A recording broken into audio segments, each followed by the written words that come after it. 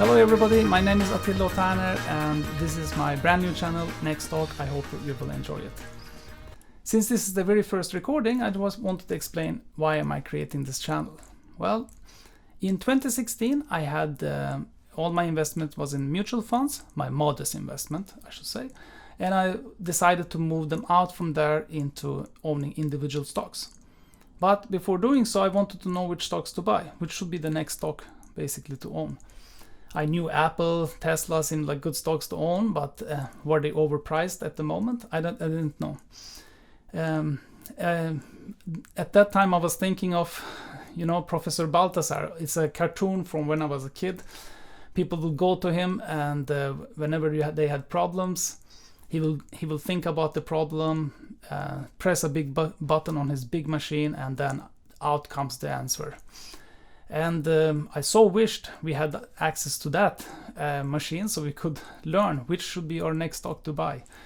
But instead I have to use my own computer program, not as all fancy or cool as Professor Balthasar's, but at least it serves my purposes.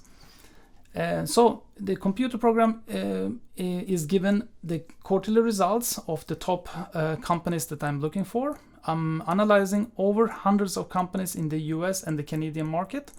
I'm looking at the current prices and comparing if it's a good time to buy them or not. I'm looking at different categories though. So let's say we are looking for value stock being more conservative stocks than the dividend stocks. I'm looking at growth stocks, the riskier ones, and some stocks that are pricey as well at the moment. I do it for the US market and for the Canadian market. And I will present the top 3 in each category. So let's get going. In the US market, top 3 value stocks, meaning they have a high market cap and the price to earnings are low. And number 1 in this case is JP Morgan. Number 2 is Bank of America. And number 3 is Verizon. So JP Morgan is number 1 here because they have the highest market cap of the 3, and all 3 have good price to earnings. Now, if you look at dividend stocks in the US market, number 1 is PetroChina, AT&T is number 2, and on the 3rd spot we have ExxonMobil. When we look at the growth stocks, these ones are the most risky ones. The stock price can go more high or can go low, so you have to be careful. Here I'm analyzing the revenue, the sales basically for those companies, and comparing it with the stock price, how it has fared during the same time period. And Moderna comes up as number 1, Biohaven as number 2, and Wish as number 3.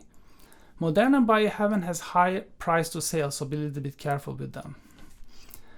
On the other side of the spectrum, meaning that when the price has gone too faster than they are growing actually, so that those ones I consider more pricey at the moment. The revenue might eventually catch up to the price, but if you just look at a snapshot from the time of the earnings, Airbnb comes up as number 1, Marriott is number 2, and Lyft as number 3. All right, that completes the US market. So let's say we go now to the Canadian market. The top 3 value stocks in the Canadian market with good price to earnings and high market cap are Royal Bank, TD Bank is number 2, and Bank of Nova Scotia is number 3. So those will be the most conservative, safer stocks to own in the Canadian market if you're starting. The dividend stocks, if you're looking for that in the Canadian market, Enbridge is the one to own, number 1. They are the first. Pembina Pipeline comes up as number 2, and BCE Bell is number 3 at the moment. And we'll look at the growth stocks in the Canadian market. Here, Barrick Gold comes as number 1, Shopify as number 2, and Franco-Nevada as number 3. Shopify and Franco-Nevada has very high price to sales, so be a little bit careful with them.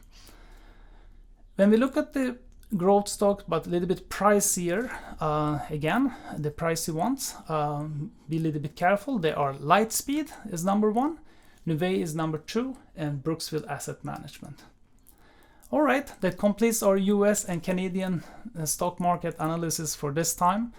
Remember, the computer can only analyze the data it has been given. It doesn't take into consideration any local events such as pandemic or global events. It only analyzes the data it has from the quarterly reports. So over time things will change, and if there is more changes coming in and those top 3 situations has changed, I will do a new video.